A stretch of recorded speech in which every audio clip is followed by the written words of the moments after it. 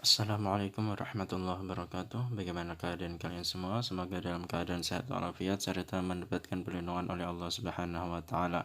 Baiklah, pelajaran kita hari ini SKI masih tentang peran Sunan Giri dalam perkembangan Islam di Indonesia pada nomor 3 dan 4. Sebelum memasuki pelajaran lebih lanjut, mari kita berdoa bersama-sama. أعوذ بالله من الشيطان الرجيم بسم الله الرحمن الرحيم ربي زدني علما وارزقني فهما والحمد لله رب العالمين. Perkembangan Islam di Indonesia, Sunan Giri mempengaruhi yang ketiga, mengembangkan pendidikan terbuka bagi masyarakat. Dalam dakwahnya, Sunan Giri tidak hanya mengembangkan sistem pesantren yang diikuti santri-santrinya dari berbagai daerah, melainkan mengembangkan pendidikan masyarakat secara terbuka dengan menciptakan berbagai jenis permainan anak-anak. Yang mana jenis permainan anak-anak ini permainan tradisional wilayah Indonesia, terutama di Pulau Jawa. Yang mana juga ini masih ada sebagian yang masih melestarikan.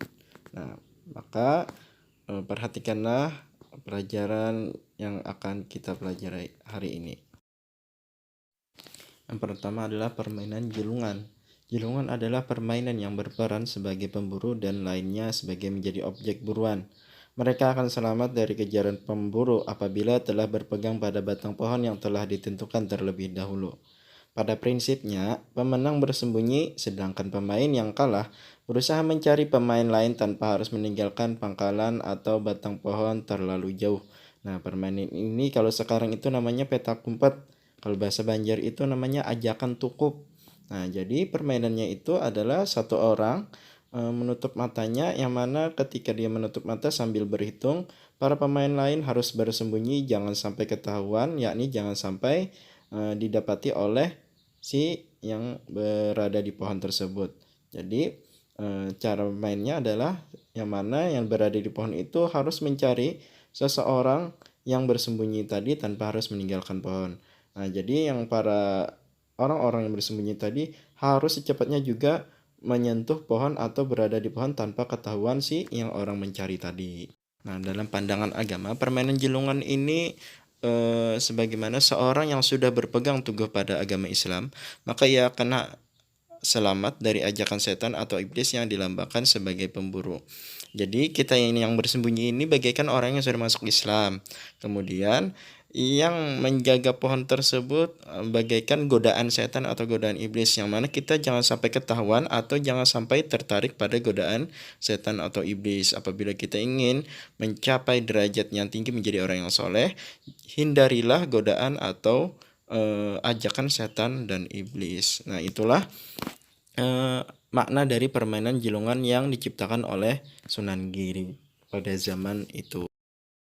Nah, kemudian lagi ada yang namanya permainan jamuran, yang mana permainan tradisional ini melibatkan 4-12 anak yang dimainkan pada malam hari saat bulan purnama. Nah, ini pada zaman dulu ya. Pelaksanaannya dengan membentuk bulatan seperti jamur. Permainan ini disertai nyanyian berupa tambang dan diakhiri dengan mengerjakan apa yang diminta oleh anak yang jadi. Dalam permainan ini terkandung makna kerjasama, peduli, dan menambah keakraban dengan sesama teman. Nah, jadi pada zaman dulu itu, pada zaman Sunan Giri, permainan ini dimainkan ketika saat bulan purnama. Kalau sekarang kan bebas kita mainnya kapan, bahkan siang pun ada yang memainkannya. Permainannya contoh permainannya seperti gambar yang sudah tertera di video ini. Selain menciptakan permainan untuk anak-anak, Sunan Giri juga menciptakan tambang-tambang untuk permainan anak-anak, antara lain seperti padang wulan, jor, gula ganti, dan jublak-jublak suweng. Kedatangannya di tengah masyarakat dilakukan dengan cara yang unik, salah satunya dengan memanfaatkan seni lokal untuk menarik simpati dari berbagai tingkat usia. Dengan cara ini, seperti inilah menjadikan Islam semakin luas, yang pastinya mudah diterima oleh masyarakat Indonesia dan yang terutama di wilayah Jawa. Karena apa? Karena beliau mengadaptasikan dengan kondisi geografis yang ada di sekitaran beliau. Kemudian yang keempat adalah memanfaatkan seni pertunjukan sebagai media dakwah. Pada masa Majapahit, pertunjukan di masyarakat berhubungan dengan ritual-ritual keagamaan, yakni agama Hindu, Buddha yang berkaitan dengan tempat sakral, pilihan hari dan waktu, permainan terpilih, sesaji, dan busana khusus. Yang seni yang beliau pakai untuk dalam dakwah adalah seni wayang, yang mana seni wayang diberikan sudah ada di Indonesia sejak tahun 930 Masehi. Pertunjukan wayang merupakan pertunjukan ritual yang berasal dari cerita Ramayana dan Mahabharata, yang mana itu adalah lebih condong ke agama Hindu dan Buddha. Penggelarannya dikaitkan dengan upacara spiritual agar terhindar bencana bersifat gaib, karena itu dalang diposisikan sebagai orang suci atau pendeta. Jadi, dalam memainkan wayang atau menceritakan wayang ini, si dalang atau yang bercerita ini harus adalah orang yang berintegritas tinggi atau yang berwibawa tinggi dalam hal agama. Yaitu kalau di Buddha atau Hindu yaitu seperti